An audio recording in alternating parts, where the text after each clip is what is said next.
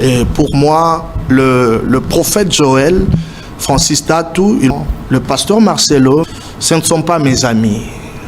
Comme le prophète Joël Francis Tatou, c'est un pionnier, c'est un général. Ce n'est pas n'importe qui dans cette génération. Je vois des gens qui parlent de lui avec beaucoup de légèreté. Ce sont des circonstances qui ne permettent pas peut-être qu'on se voie. Le prophète Joël Tatou, pour moi, c'est un tableau. C'est ce que le Seigneur m'avait dit. C'est un tableau. Berger Grâce, le mystère du tableau est tellement grand. Le tableau ne sera jamais propre. Parce que le tableau permet aux enfants d'apprendre. Joël Tatou, c'est un tableau pour cette génération. La plupart des gens ne les... Dans chaque saison, cet homme aura toujours des complications parce que c'est un tableau. Il permet à une génération d'apprendre. Vous savez, on dit qu'il frappera les bergers, les brebis seront dispersées. Permettez-moi d'utiliser ce terme, ne me jugez pas. Il est comme un berger de prophète, un berger d'une nouvelle génération, et il subit tous les coups de prophète. Quand on veut frapper tous les prophètes, quand on le voit devant, c'est lui d'abord qu'on frappe. Et puis les autres se dispersent. Mais ce qui fait mal, c'est de voir que lorsque le prophétique est dispersé, au lieu que le prophète se mette ensemble et se soutienne, qu'il corrige certaines erreurs, tout ce que nous faisons comme prophète n'est pas parfait. Je souligne, tout ce que le prophète Joël Francis Tatou n'est pas parfait. Moi, je ne suis pas au rang de le corriger. C'est un aîné, c'est un général. Mais ce monsieur-là, il est extraordinaire. Il est une bénédiction pour moi, pour ma maison, pour mon ministère, pour de prophètes, pour la francophonie. Il n'est pas à abattre, il est à protéger, il est à sécuriser. Il a fait beaucoup. Il a engendré des prophètes, il a engendré des apôtres. Et ce que j'aime avec lui, c'est la qualité de son cœur. Il est comme un enfant. Oui. Il pardonne facilement.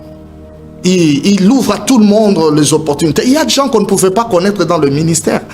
C'est pas comme nous avons frayé nos propres chemins, mais il a ouvert le chemin pour plusieurs. Ce papa-là, il est extraordinaire. Le prophète Joël Grâce était en train de dire que la plupart des gens ne connaissent pas le prophète Joël Francis. En fait, il y a le prophète Joël Francis Tatou du réseau social et le prophète Joël, vraiment. En fait, l'homme de Dieu Joël. Lui, c'est un ange. L'homme de Dieu Donc, Joël, c'est un ange. Moi aussi, je le vois compliqué. Si tu avais... Mon Dieu, mon roi. La plupart des gens ne le connaissent pas. Moi, je ne suis pas Natala, je ne suis pas quelque chose. Non, on n'a pas le temps de ça. On n'a pas le temps de ça. Mais c'est quand je le vois et quand je regarde ce que les gens écrivent sur les réseaux sociaux, je dis, c'est la haine. C'est la haine. Ils sont très mal motivés. Ils veulent juste le fragiliser. Mais j'aime avec lui, il est toujours debout. Hein. Il est toujours debout. Il est parmi les prophètes les plus suivis. Il tient, il n'est pas n'importe qui. Il n'est pas n'importe qui. Il faut vraiment vous soutenir. Hein. Vous combattez entre vous les hommes de Dieu. Vous savez, moi, je n'aime pas. Moi, dans cette émission, dans ce genre d'émission, j'aime vraiment protéger. Sauf que c'est très difficile. Protéger la nudité de Noé. Ça fait berger sans vous couper la parole. Je sens avec larmes aux yeux, je vais dire cette vérité. Je sais que ça va faire mal, ça va créer des controverses et des polémiques parce que l'esprit quinois, l'esprit congolais, c'est ça, j'ai compris. Avant, ça me faisait mal quand on parlait mal de moi. Mais je dois dire cette vérité, berger. Vous savez, berger, le ministère prophétique, c'est le ministère le plus combattu dans le 5 ministères, dont ministériel d'autorité.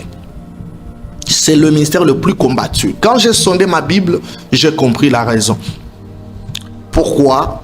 Premièrement, c'est le premier ministère qui a exercé avant le mandat officiel dans la Nouvelle Alliance. Avant, c'est Ephésiens 4:11, où il y a les rassemblements des 4 autres. Le ministère prophétique est le seul ministère qui exerçait dans l'Ancienne Alliance. Il n'y avait pas de docteurs, il n'y avait pas d'évangélistes, il n'y avait pas de pasteurs, il n'y avait pas des apôtres. Ils étaient mais sous l'ombre. Mais clairement, ouvertement, c'est le ministère prophétique qui existait. C'est pourquoi tu vas constater même le mouvement de David. Il ramasse 5 pierres dans le torrent, mais il n'a pas lancé les 5 pierres. Il a pris les 1/5 de pierre pour faire tomber Goliath. C'était une préfiguration des 5 ministères. 4 attendaient la nouvelle alliance, mais le 1/5 du ministère, le ministère prophétique, a été utilisé dans l'ancienne alliance pour une mission. Amos 3:7, en effet, Dieu ne fait rien sans avoir révélé ses secrets à ses serviteurs, les prophètes, pas les docteurs. Pas le pasteur comme vous. C'est-à-dire, en ce qui concerne l'exercice ministériel, nous, les prophètes, nous sommes le ministère le plus ancien. Et c'est pourquoi il est écrit qu'il vengera les sangs des prophètes, pas des docteurs, pas des pasteurs, pas des apôtres, depuis les sangs d'Abel jusqu'au sang de Zacharie qui était mort entre l'autel et les portiques. C'est le sang des prophètes qui est vengé. Le ministère, j'aime parler du ministère prophétique. Le ministère prophétique, c'est un ministère qui commence avant la naissance de l'église et qui continue après l'enlèvement de l'église. Marakantou Salama. Dans Apocalypse 12, après l'enlèvement de l'église, les 2 prophètes reviendront. L'un aura l'esprit d'Élie et l'autre aura l'esprit de Moïse. Les diables n'aiment pas le prophète, le prophétisme et le prophétique. Ils n'aiment pas. C'est vrai qu'il y a de faux, mais il n'y a que de faux prophètes. Il y a de faux docteurs, mais on n'en parle pas. Il y a de faux chrétiens, mais on n'en parle pas. On ne met pas d'accent. Il y a de faux apôtres qui ne baptisent pas, qui détruisent, qui frappent les gens par leur prédication. Ils détruisent, ils attaquent au nom de la sanctification. Ils frappent d'autres communautés, mais on n'en parle pas. C'est seulement les prophètes, des faux prophètes, des aventuriers, des patati patata. Nous, les gens qui sommes illuminés dans le monde spirituel, nous savons ça. Nous sommes combattus. Prophète Dieu merci, Radio, nous sommes en train de parler de ce qu'on appelle l'ordre de Melchisedec, la rencontre mystique de Melchisedec avec Abraham. Qu'est-ce que vous entendez parler par qui est Melchisedec d'abord dans la Bible? Berger. Pourquoi tu m'amènes dans ce terrain-là? Est-ce qu'on peut commencer? Mais il fallait appeler Papa Mbakadi.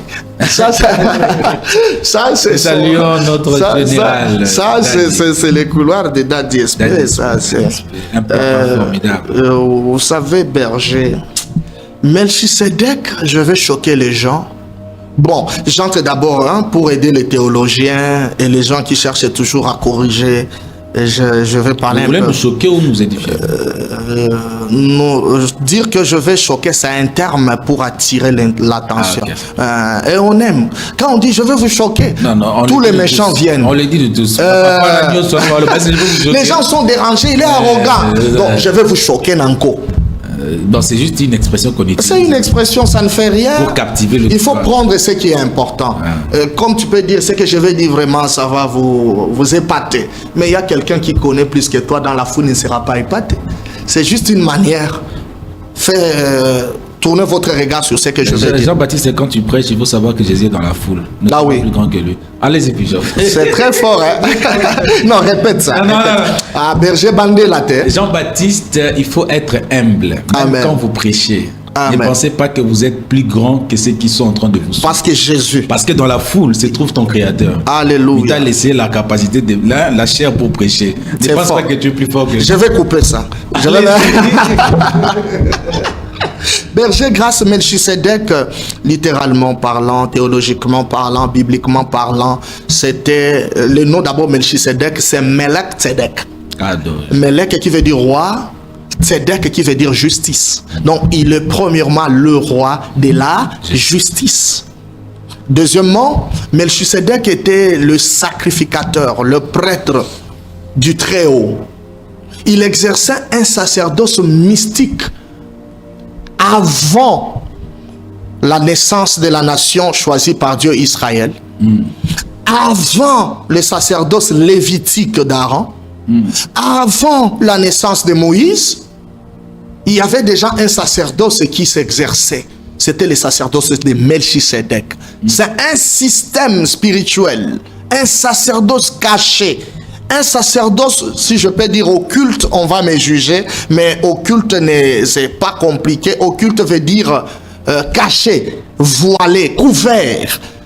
Et tout le monde n'était pas permis d'y entrer. C'est alors maintenant que cet homme-là vivait à Shalaïm. Shalaïm, c'est Salem. Salem, ça vient aussi du mot Shalom qui veut dire la paix. Cette ville-là, c'était une ville des Jébusiens. C'est ça l'historique théologique. C'était les Jébusiens qui y vivaient. C'était Akana. Et la ville là de Shalaïm, de Jérusalem, était Jébus. C'est maintenant David qui a baptisé ces noms-là de Yerushalayim, qui veut dire Jérusalem en français. C'est là où cet homme Melchisedec vivait. C'est un homme qui n'avait ni père, ni mère, ni frère, ni généalogie. Mais j'aime, tu as parlé de la rencontre mystique d'Abraham et de Melchisedec. La Bible dit qu'Abraham venait d'une bataille.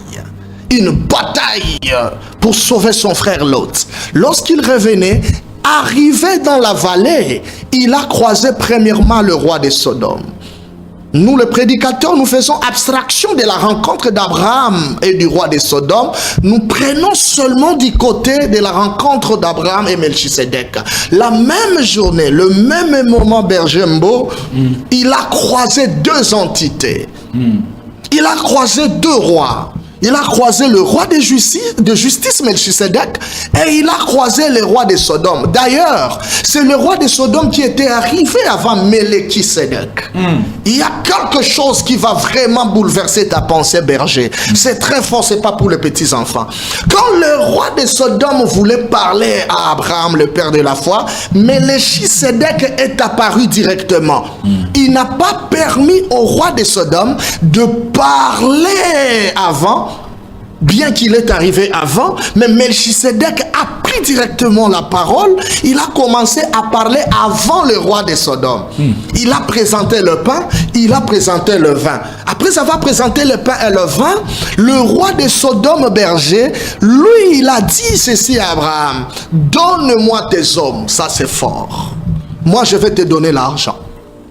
Lui, il a présenté le matériel. L'argent, c'est le matériel. Il dit à Abraham: donne-moi tes hommes, et moi, le roi de Sodome, je te donnerai l'argent. Et Abraham n'a pas accepté la proposition du roi de Sodome. Je vais ouvrir une parenthèse. Ça va beaucoup te bénir, berger. Pourquoi Melchisedec n'a pas permis que le roi de Sodome parle avant lui? Parce que le Seigneur prépare souvent, ça c'est fort, la provision avant la séduction. Melchisedec était venu avec la provision spirituelle, mais le roi de Sodome, il avait la séduction. Dieu ne permettra jamais que la séduction précède la provision. Cadeau. Il devait d'abord équiper Abraham de la provision avant la séduction, pour que quand la séduction viendra, que ça frappe là où il y a la provision. Oh,